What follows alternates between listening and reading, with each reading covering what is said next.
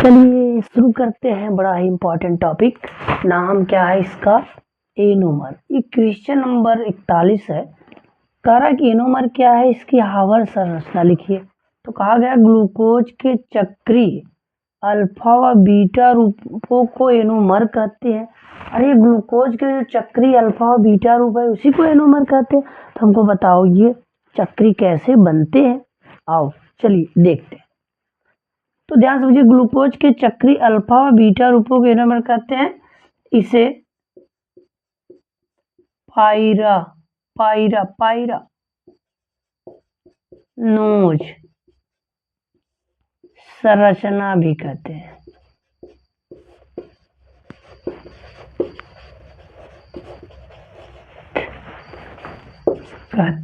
क्यों कहते हैं कि पायरान से मैच करता है। किससे? पायरान से। चलो ध्यान समझो, ग्लूकोज का पहले यहाँ फार्मूला लिख लेते हैं। C6H12O6। तो इसमें कुल 6 कार्बन होते हैं। कितने कार्बन होते हैं? 6। 5 इसमें OH होगा। इस कार्बन को मिला दो तो एक CHO ग्रुप होता है, इसी में एक कार्बन लेकर के। तो ऐसे स्थितियां हैं। तो आपने क्या करना है, आप पहले बनाओ 6 कार्बन बना लो। 1 2 3 4 5 और क्या 6। पहला वाला जो ग्रुप होगा CHO होगा, बाकी 5 EH होंगे। तो नंबरिंग कर लो 1 2 3 4 5 एंड 6। तो 5 OH होते, तीसरे पे OH लेफ्ट रखो, बाकी सबको राइट बना लो।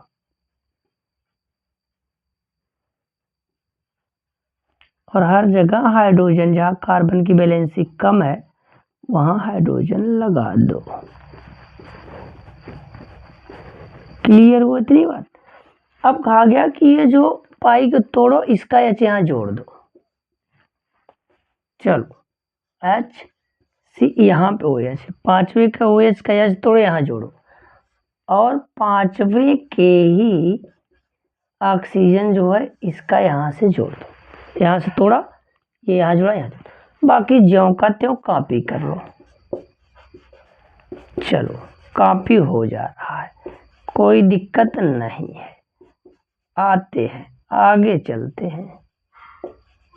अब देखो ध्यान से, ये जो नया OH ग्रुप बना राइट साइड अगर है, इसे कहेंगे अल्फा D प्लस ग्लूकोज। ये ग्लूकोज है, इसे अल्फा D प्लस क्या कहेंगे? ग्लूकोज कहेंगे। तो अल्फा आ गया। अगर इसी को लेफ्ट कर दो तो बीटा हो जाएगा। लेफ्ट कर दो क्या हो जाएगा? बीटा। ध्यान सुनो, ये अल्फा है तो हमने इधर बस थोड़ा सा डिफरेंस कर दिया।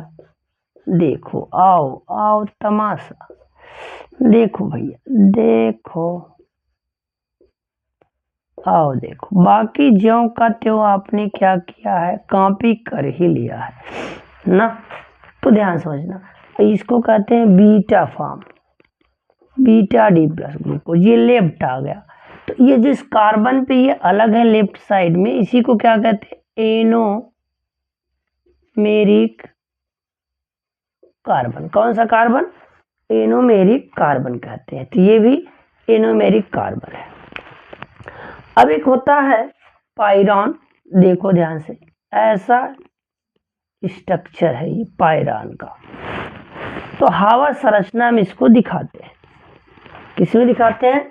हावर संरचना में दिखाते हैं। आओ देखो, अब ये बीटा फॉर्म है, लेफ्ट साइड है। तो आपने क्या करना है, एक ऐसा वाला स्ट्रक्चर बना लो और हर जगह बॉन्ड ऐसे बनाने की कोशिश करो। इसमें भी ऐसे बना लो। ये है, इधर बना दे रहे हैं इसका। आओ देखो,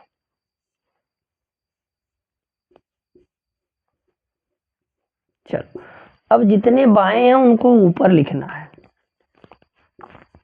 और जितने दाएं हैं उनको नीचे लिखना है। देखो अब दाएं वाले नीचे लिखो, नीचे की तरफ देखो। OH OH फिर OH, यहाँ क्या है? H यहाँ क्या है? OH है ना। अब देखो यहाँ H, ये लास्ट वाला CH2OH यहाँ है। अब देखो H हो गया। तो ये इसको कहते हैं अल्फा D प्लस ग्लूको। ये पायरान से मैच कर रहा, तो पायरानोज संरचना। तो अल्फा वाला बन गया। अब इसको ऊपर कर दो, इसको नीचे बीटा वाला बन जाएगा। देखो ऊपर कर दिए, बाकी कहानी वही वही है वही है वही है वही है। यहाँ देखो एच ऊपर है, और देखो एच एच, और क्या क्या है, क्या ओ एच, इधर क्या एच एच CH2H। मैच कराना है, सिर्फ एक ही ऊपर आना, तीसरा वाला नंबरिंग करो 1 2 3 4 5 और 6। तो ये आपस में क्या कहलाते हैं, पायरानो संरचना, ये आपस में एनोमर कहलाते हैं। तो बड़ा इंपॉर्टेंट पॉइंट है। एनोमर क्या है, तो चक्री संरचना आपस में क्या कहलाएंगे, एनोमर। इन्हीं को आप क्या कहोगे, एनोमर कहोगे। तो बड़ा आसान सा सवाल रहा, 2 या 3 नंबर में पूछेगा। स्क्रीनशॉट ले लीजिए, बने रहिए, अगले क्वेश्चन पे आ रहे हैं। आइए देखते हैं, बड़ा इंपॉर्टेंट सा रिएक्शन।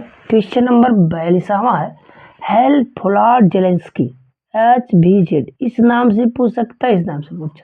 अब क्रिया पर टिप्पणी लिखिए। अच्छा, तो कहा गया कि यह अब क्रिया वही देंगे जिनके पास क्या हो, अल्फा हाइड्रोजन हो। क्या होना चाहिए, अल्फा हाइड्रोजन होना चाहिए। तो पहली बात, HVZ अब क्रिया कैसे यौगिक देते हैं, जिनके पास क्या होता है, अल्फा हाइड्रोजन। अल्फा कैसे देखेंगे, ये पूरा ग्रुप जिस कार्बन जुड़े उसको अल्फा कहेंगे, उस पे लगा हाइड्रोजन कौन सा है, अल्फा हाइड्रोजन है।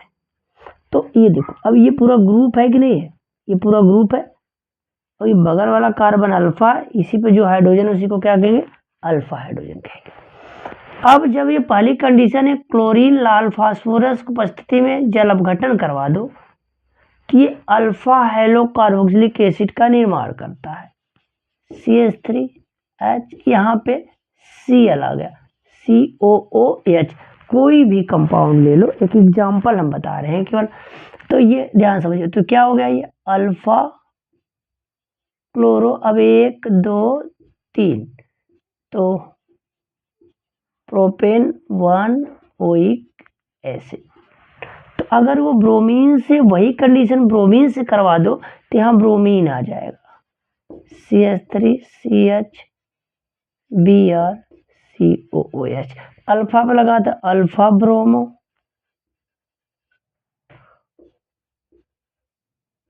Propane 1 oic acid. तो सीधी सी बात है, वे कार्बोक्सिलिक अम्ल जिसके पास अल्फा हाइड्रोजन होते हैं, वो क्लोरीन या ब्रोमीन से क्रिया करते हैं। कब, लाल फास्फोरस की उपस्थिति में जल अपघटन करने पर अल्फा क्लोरो और ब्रोमो कार्बोक्सिलिक एसिड का निर्माण करते हैं। ऐसे ही रिएक्शन को क्या कहते हैं, HVZ रिएक्शन या हेल्फोलार्ड जेलेक्सी रिएक्शन। तो बड़ा ही इंपॉर्टेंट टॉपिक है, स्क्रीनशॉट ले लीजिए, चलते चलते देखिएगा।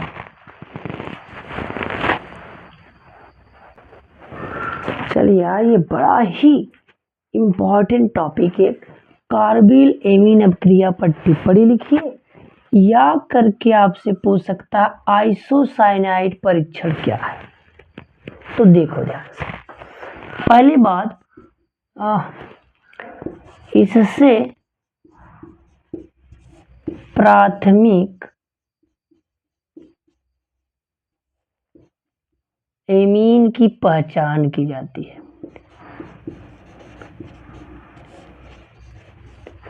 ऑब्जेक्टिव में भी पूछ सकता है, पहचान की जाती है। चलिए ठीक है, वो चाहे एलिफैटिक वाला हो या क्या हो, एरोमेटिक वाला हो, दोनों की पहचान की जानी चाहिए, लेकिन प्राइमरी ही वाला होना चाहिए। चलो आओ चेक करते हैं ये प्राइमरी कैसे पहचानेंगे। जब ये हमने अमोनिया लिया है, यहाँ से हटा दो, एक कार्बन की श्रृंखला लगा दो, लो C2H5 लगा दी, तो ये इथाइल एमीन है, तो ये प्राइमरी है। ऐसा ही कुछ यहाँ पे हमने बेंजीन रिंग लगा दिया, इसका नाम है एनिलीन, ये भी प्राइमरी है। तो आओ देखो, इसका रिएक्शन करवाओ क्लोरोफॉर्म से और एल्कोहलिक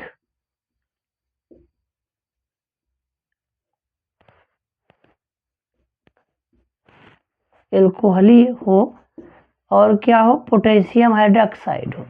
अब इसके साथ आप गर्म कर दो तो बना देता है क्या, आइसोसाइनाइड बनाता है।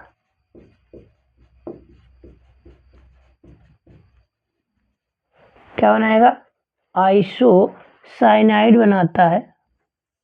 अब इथाइल है तो इसमें क्या लिख दिया आपने, इथाइल आइसोसाइनाइड, और इसके साथ वाटर बनाता है। तो ये अति अप्रिय गंध वाला है, अप्रिय, इसकी गंध को अपने पास तक रखना बड़ा मुश्किल हो जाता है। इसी प्रकार एलिन क्लोरोफॉर्म से क्रिया करता है सेम कंडीशन में, तो ये क्या बना लेता है, फिनाइल आइसोसाइनाइड। क्या बनाया, फिनाइल आइसोसाइनाइड बनाया। तो ये अति अप्रिय, अति तीक्ष्ण वाली गंध वाली क्या बनाता है, आइसोसाइनाइड बनाता है। इसी को कार्बिल एमीन कहते हैं, इसलिए इस क्रिया को कहते हैं कार्बिल एमीन अपक्रिया, या इससे क्या नाम दिया गया, आइसोसाइनाइड परीक्षण। क्या नाम दिया गया, आइसोसाइनाइड परीक्षण। और देखो ध्यान से सुनो, क्या हुआ कि ये कैसी अपक्रिया, आइसोसाइनाइड परीक्षण या कार्बिल एमीन अपक्रिया में किसकी पहचान की जाती है, प्राथमिक की, चाहे एरोमेटिक हो चाहे एलिफेटिक। क्या होता है इसमें, तो कोई भी एमीन हो प्राथमिक अवस्था में क्लोरोफॉर्म और एल्कोहलिक की वजह से क्रिया करता है तो आइसोसाइनाइड बनाता है, जो अप्रिय गंध वाली क्या है, पदार्थ है।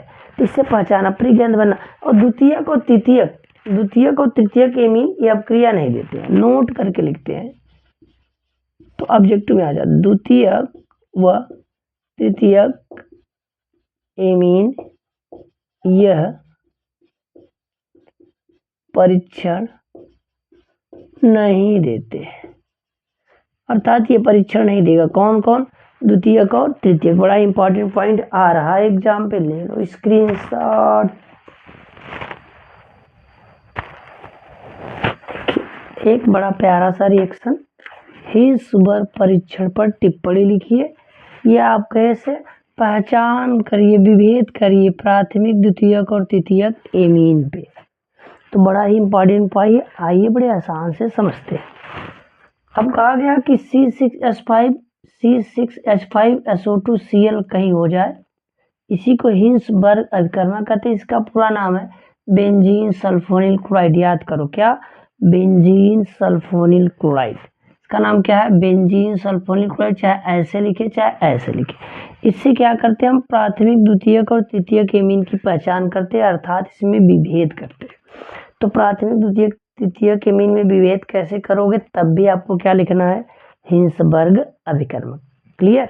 आओ अब कहा गया प्राथमिक एमीन क्या होती है, जब अमोनिया है तो 3 हाइड्रोजन जुड़े होते हैं, तो एक कार्बन की श्रृंखला आगे से प्राथमिक एमीन, तो ये प्राथमिक एमीन है। देखो 2 कार्बन श्रृंखला आ गई द्वितीयक, यहाँ 3 आ गया तो तृतीयक। तो ध्यान से यहाँ से शुरू करते हैं। तो तृतीयक एमीन हिंसबर्ग अभिकर्मक से नहीं क्रिया करती है, बड़ी अच्छी बात है। चलो नहीं करती है, क्यों नहीं करती है, क्योंकि इसके पास कोई हाइड्रोजन नहीं होता, तो हाइड्रोजन न होने के कारण क्रिया नहीं करता। ठीक है। अब कहा कि द्वितीयक एमीन क्रिया करती है, और जब क्रिया करती है तो देखो क्या करती है, मगर जब करती है, समझ रहे हो ना। तो ध्यान से आप समझना, ये देखो CH3 इसको कहते हैं N, डाई मिथाइल बेंजीन सल्फोना। समय नहीं है तो ज़्यादा डिटेल नहीं चलते, बेंजीन सल्फोनामाइड से रिएक्ट करता। अब इसको KOH से रिएक्शन करवाते हैं तो ये अविलेय हो जाता है। इसमें क्या होगा, अविलेय। कारण क्या है कि यहाँ कोई अम्लीय हाइड्रोजन नहीं है।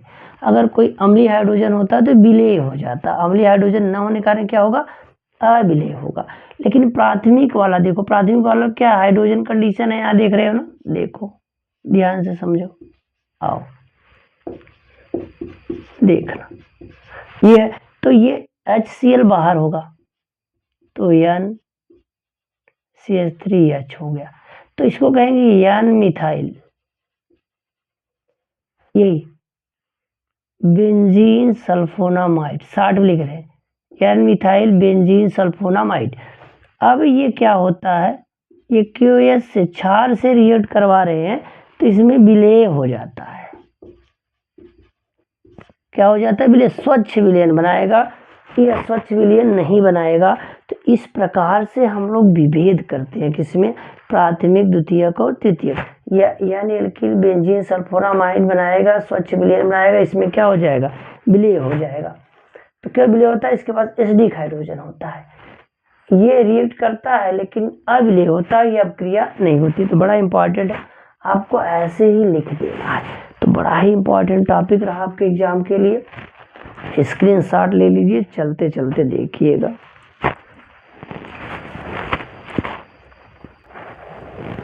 चलो देखो, एक बड़ा ही इंपॉर्टेंट टॉपिक अगला क्या है, क्वेश्चन नंबर 45, एजो रंजक एजो डाई पर टिप्पणी लिखिए या एजो युग्मन अपक्रिया लिखिए। तो समीकरण लिखना होता है, तो ध्यान से सुनो। तो ये आपस में जुड़ते हैं, देखो जो बेंजीन डाइजोनियम क्लोराइड है, नाम क्या है इसका, बेंजीन डाइजोनियम क्लोराइड, याद करो बेंजीन डाइजोनियम क्लोराइड BDC। जब यह बेंजीन डाइजोनियम क्लोराइड फिनॉल से क्रिया करता है, किससे, फिनॉल, कौन सा माध्यम, क्षारीय, pH कितना 8 से 9, कितना ताप पे, और यह Cl गैस बाहर निकालता है। तो इन दोनों को जोड़ना है, Cl हटाओ बाकी इसे जोड़ दो, देखो यहाँ जोड़ दिया है। तो इसका रंग होता है ऑरेंज, नारंगी होता है, इसका नाम पैरा हाइड्रॉक्सी एजोबेंजीन है। क्या नाम है, पैरा हाइड्रॉक्सी एजोबेंजीन है। जब यह अम्लीय माध्यम H+ से एल्लीन से रिएक्ट करे, इसका नाम क्या है बताओ, एल्लीन से रिएक्ट करेगा, pH मान 4 से 5 होगा, 273 से 278 केल्विन ताप पर यह क्रिया होती है। तो ये बताता है, बस वही नाम पे यहाँ OH था या NH2 है, तो पैरा अमीनो एजोबेंजीन ये येलो कलर पर होता है। तो इसमें युग्मन होता है, जुड़ता है, इसलिए इसे क्या कहते हैं, युग्मन अपक्रिया। कौन सा क्रिया, युग्मन अपक्रिया। तो नाम याद रखना, बड़ा ही इंपॉर्टेंट, एजो डाई एजो रंजक, किसी भी नाम से क्वेश्चन पूछ सकता है, ऐसे पूछेगा कैसे प्राप्त करोगे बेंजीन डाइजोनियम क्लोराइड से एजो डाई। तो ये रिएक्शन लगी, क्या होता है जब बेंजीन डाइजोनियम क्लोराइड क्षारीय माध्यम फिनॉल से क्रिया करता है या अम्लीय माध्यम में एल्लीन से रिएक्ट करता है तो एजो डाई बनती है। तो बड़ा इंपॉर्टेंट रिएक्शन है, जल्दी से स्क्रीनशॉट ले लो और चलते चलते देख लेना एक बार सरसरी निगाहों से। चलिए आइए देखिए, बड़ा ही इंपॉर्टेंट टॉपिक है, कैसे प्राप्त करोगे, कैसे प्राप्त करोगे। पहला कह रहा है एल्लीन से बेंजीन डाइजोनियम क्लोराइड। आओ देखो शुरू करते हैं, ये एल्लीन है, एल्लीन का फार्मूला हमने लिख लिया है। अब कह रहा है कि बेंजीन डाइजोनियम क्लोराइड बनाना है, तो बेंजीन डाइजोनियम क्लोराइड का फार्मूला देखो, देखो ध्यान सोचना, बेंजीन डाइजोनियम क्लोराइड का यही क्या है, फार्मूला है। ये बेंजीन डाइजोनियम क्लोराइड है, कैसे बनता है, जब ये NaNO2 प्लस HCl से या नाइट्रस एसिड HNO2 और क्या HCl से रिएक्ट करता है, टेम्परेचर और 273 से 278 क्या केल्विन, तो क्या बन जाता है, बेंजीन डाइजोनियम क्लोराइड, यही बनता है। अब कहा गया कि इससे कैसे आप प्राप्त करोगे, कह रहा है कि क्या, फिनॉल, फिनॉल, क्या हो रहा है, एक मिनट, अब स्क्रीनशॉट ले लीजिए तब तक।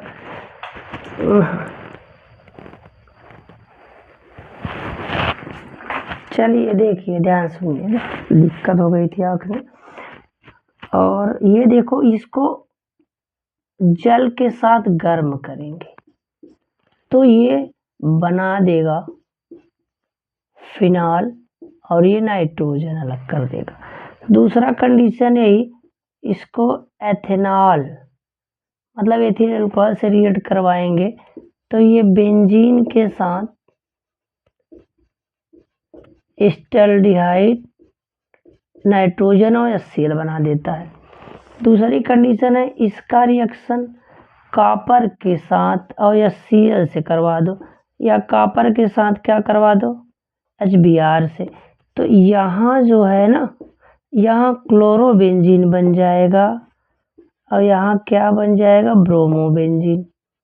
तो ये बड़े इंपॉर्टेंट रिएक्शन है कन्वर्जन के। कैसे प्राप्त करोगे, तो ये तो फिनॉल बना आपका, ये क्या बना, बेंजीन बना, ये क्या बना, क्लोरोबेंजीन, ये क्या बना, ब्रोमोबेंजीन।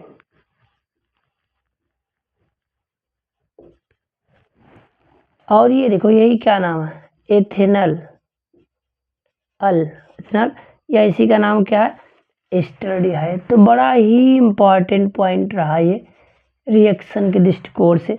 ये देखो ये दोनों रिएक्शन, ध्यान समझना। एक बात और करें, यहाँ से यहाँ की घटना को कहते हैं एजोटीकरण, एजोटीकरण अभिक्रिया। क्या कहते हैं, एजोटीकरण अभिक्रिया कहते हैं। ये यहाँ से यहाँ तक अभिक्रिया को लिखोगे तो इसे कहते हैं गाटरमान अभिक्रिया, गाटरमान अभिक्रिया। इस नाम से भी अगर पूछे तो बात बन सकती है। तो ये बड़े इंपॉर्टेंट रिएक्शन है, इस पे आप क्या ले लीजिए, स्क्रीनशॉट ले लीजिए। चलिए सवाल को फिर हमने लिख लिया से बचाने के लिए। कह रहा है कि अमोनिया एल्लीन से अधिक क्षारीय होती है क्यों, अमोनिया एल्लीन से अधिक क्षारीय होती है क्यों। आइए चलिए देखते हैं। तो हम क्षार किसे कहेंगे, जो क्या हो H+ ग्राही हो उसे क्या कहेंगे, क्षार कहेंगे। कौन H+ ग्रहण करेगा, जिसके पास क्या होगा, लोन पेयर की उपलब्धता होगी। तो देखो पहले अमोनिया को देखते हैं, अमोनिया को देखिए, अमोनिया के पास क्या होता है, एक क्या है, लोन पेयर।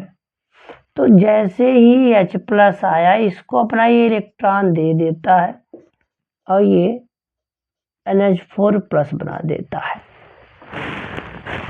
तो H+ ग्राही हो गया, ये तो ग्राही है, तो क्या ये क्षार है।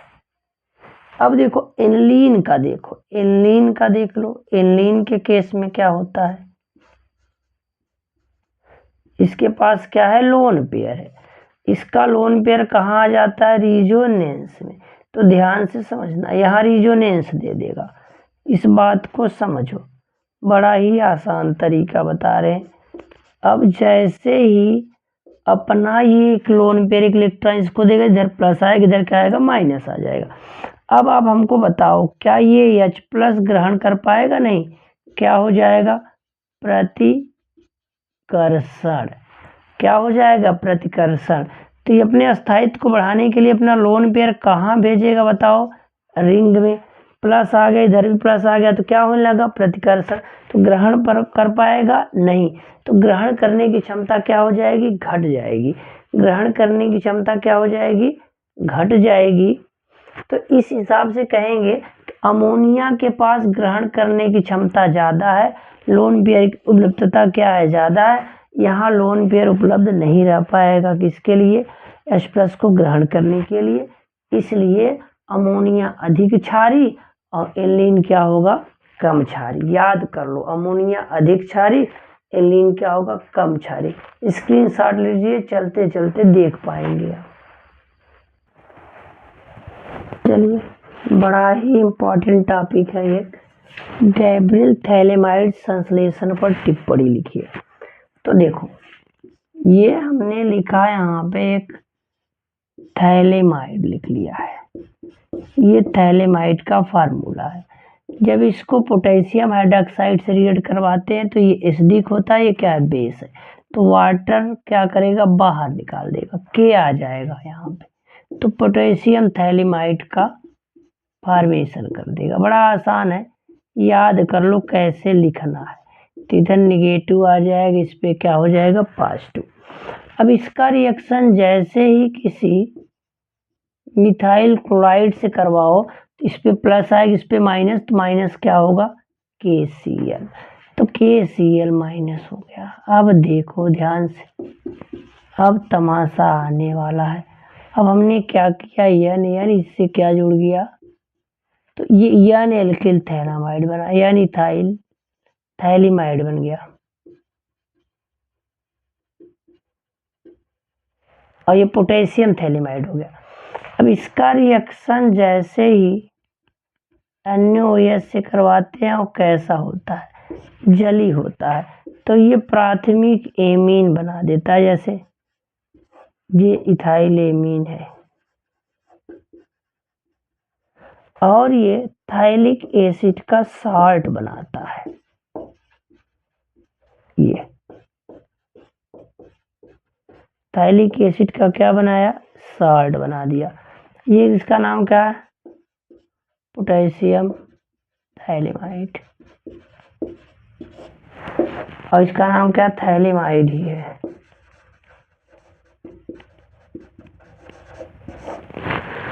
तो बड़ा ही इंपॉर्टेंट रिएक्शन है। तो ये याद रखिए कि इस अपक्रिया से का ऑब्जेक्टिव पूछ सकता है, गैब्रियल थैलिमाइड संश्लेषण पर टिप्पणी लिखिए, या गैब्रियल थैलिमाइड संश्लेषण से किस प्रकार का एमीन बनाया जाता है, किस प्रकार का एमीन, प्राथमिक एमीन बनाया जाता है। ले लीजिए स्क्रीनशॉट, जल्दी करिए जल्दी। चलिए आइए देखिए, आपका समय बचाने के लिए क्वेश्चन को लिख लिया जाता है। तो लिखा है एलिन फ्रीडल क्राफ्ट अपक्रिया नहीं देता है, क्यों। तो पहले हम लोग समझते हैं ये फ्रीडल अपक्रिया, क्राफ्ट अपक्रिया क्या होती है। फ्रीडल क्राफ्ट दो प्रकार का होता है, एक एल्कलीकरण, दूसरा होता है एसिलीकरण। और ये जो अपक्रिया होती है वो लुईस अम्ल की उपस्थिति में, लुईस अम्ल की उपस्थिति में, और ये कैसा काम करता है, उत्प्रेरक की तरह, ठीक है। लेकिन कहा गया एलिनीन के केस में आ जाओ, ये हमने एलिनीन लिया है, इसके पास क्या लोन पेयर है। अब ये लुईस अम्ल क्या लेते हैं यहाँ पे, जैसे निर्जल एल्युमिनियम क्लोराइड AlCl3, जैसे ये निर्जल AlCl3 आता है तो ये इलेक्ट्रॉन युग्मग्राही होता है, ये अपना इलेक्ट्रॉन इसको दे देता है। जैसे ही ये इलेक्ट्रॉन देता है तो ये सॉल्ट बना लेता है, ध्यान समझना, ऐसे देखो, तो क्या बना लिया है, सॉल्ट बना लिया। अब क्या होता है, तो ये धनावेश आने के कारण ये जो है फ्रीडल क्राफ्ट अपक्रिया, ये इलेक्ट्रॉन स्नेही प्रतिस्थापन अपक्रिया, कैसा है, इलेक्ट्रॉन स्नेही प्रतिस्थापन अपक्रिया, वो आर्थो और पैरा पोजीशन पे होता है, किस पे, तो कहा गया कि ये प्लस आने के कारण निष्क्रिय कर देता है, निष्क्रिय कर देता है। जब ये निष्क्रिय हो जाता है इसमें किसी प्रकार का एक्टिविटी नहीं पाया जाता, ये डीएक्टिवेट कर देता है, और अपक्रिया इसी कारण नहीं हो पाती है। तो बिल्कुल याद रहना, बड़ा इंपॉर्टेंट पॉइंट है, एलिन फ्रीडल क्राफ्ट अपक्रिया नहीं देता है, क्यों, बड़ा इंपॉर्टेंट पॉइंट है, इसका मारिए स्क्रीनशॉट।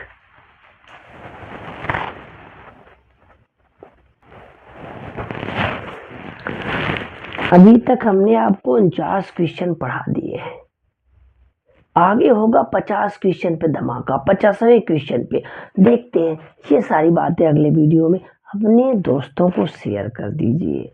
बड़े ही इम्पोर्टेंट टॉपिक, एक चुन चुन कर टॉपिक आपको दे रहे हैं, अगर आप पहले से पढ़े हैं ना तो बहुत तगड़ा रिवीजन होगा आपका, बहुत ही तगड़ा।